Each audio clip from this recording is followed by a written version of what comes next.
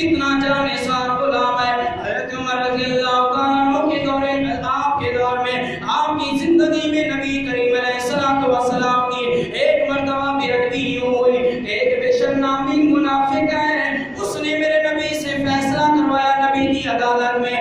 نبی نے یہودی کے حق میں فیصلہ کر دیا. بشر جو کلمہ پڑھنے والا تھا، اپنے آپ کو مسلمان کہلانے والا تھا، اس بشر نے میرے نبی کے فیصلے کو ٹکرا دیا.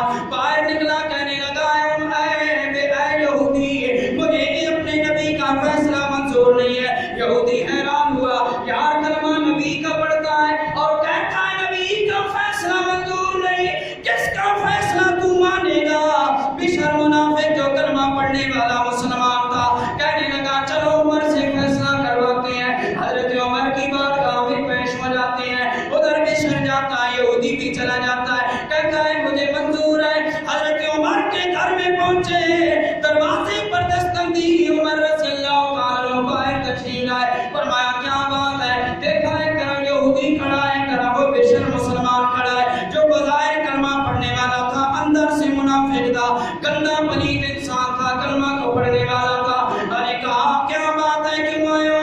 یہودی نے کہا میرا اس کا جھگڑا ہو گیا ہے، اس کا میرا فیصلہ کر دیجئے. عمر نے کہا ٹھیک ہے بیٹھو، فیصلہ کر دیے. بات سننے لگے. کہا تم بولو کیا بات ہے بشر؟ بشر بات کرنے لگا. یہودی کہنے لگا عمر ٹھہریے، ایک بات سنیے، فیصلہ کرنے سے پہلے آپ کو یہ بتا دو اس کا فیصلہ پہلے نبی سونے مصطفیٰ کر چکے ہیں، اس معاملے کا فیصلہ پہلے رسول فرما چکے ہیں. حضرت عمر نے جب یہ سنا کہ میرے نبی کے فیصلے کے بعد میرے پاس آنے والا بشر منافق فیصلے کروا رہا ہے، کہا بیٹھ جاؤ، ادھر بیٹھو، میں اندر سے ہو کے آتا ہوں. اندر سے آئے، تلوار اٹھائی، اٹھا کر آ کے بشر جو کلمہ پڑھنے والا تھا اس کا سر تن سے جدا کر دیا اور کہا لوگوں جس کو نبی کا فیصلہ منظور نہیں، اس کا فیصلہ عمر نہیں، عمر کی تلوار کرتی ہے.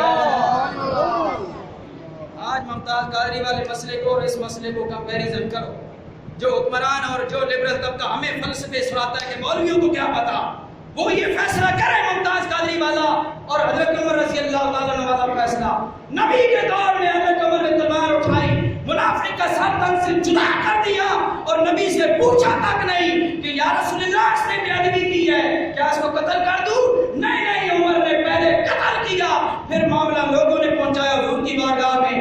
حضور خاموش ہیں، کیا کیا جائے؟ ادھر قسمیں چکنے والے آ گئے. یا رسول اللہ خدا کی قسم بشر بڑا پکا مسلمان سی، تھوڑے پیچھے نمازاں پڑھنا سی، بہت بڑے کلمے پڑھتا تھا، بڑا قرآن کی تلاوت کرتا تھا.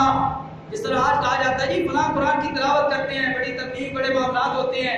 مولوی صاحب ہم کس کو مانیں، کون سچا ہے کون جھوٹا ہے؟ وہ بھی قرآن کی تلاوت اور حضور کے پیچھے، عام لوگوں کے پیچھے، عام اماموں کے پیچھے نہیں، بشر حضور کے پیچھے نماز پڑھتا تھا. حضرت عمر نے سر تن سے جدا کر دیا. فیصلہ حضور کی بارگاہ میں پہنچا، حضور خاموش ہیں. وہی نازل ہو گئی. میرے کریم رب العالمین نے ایک آیت میں فیصلہ نہیں کیا بلکہ پورا رکوع سورۃ النساء 5 پارے میں نازل کیا.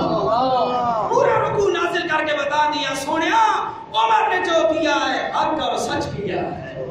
عمر نے جو کیا ہے حق اور سچ کیا ہے، اور ممتاز قادری نے جو کیا ہے وہ بھی حق اور سچ کیا. بولو بھائی ڈر نہیں، بولو میں دلیل قرآن سے دے رہا ہوں.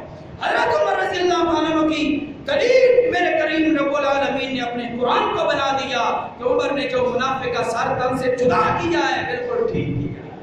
حضرت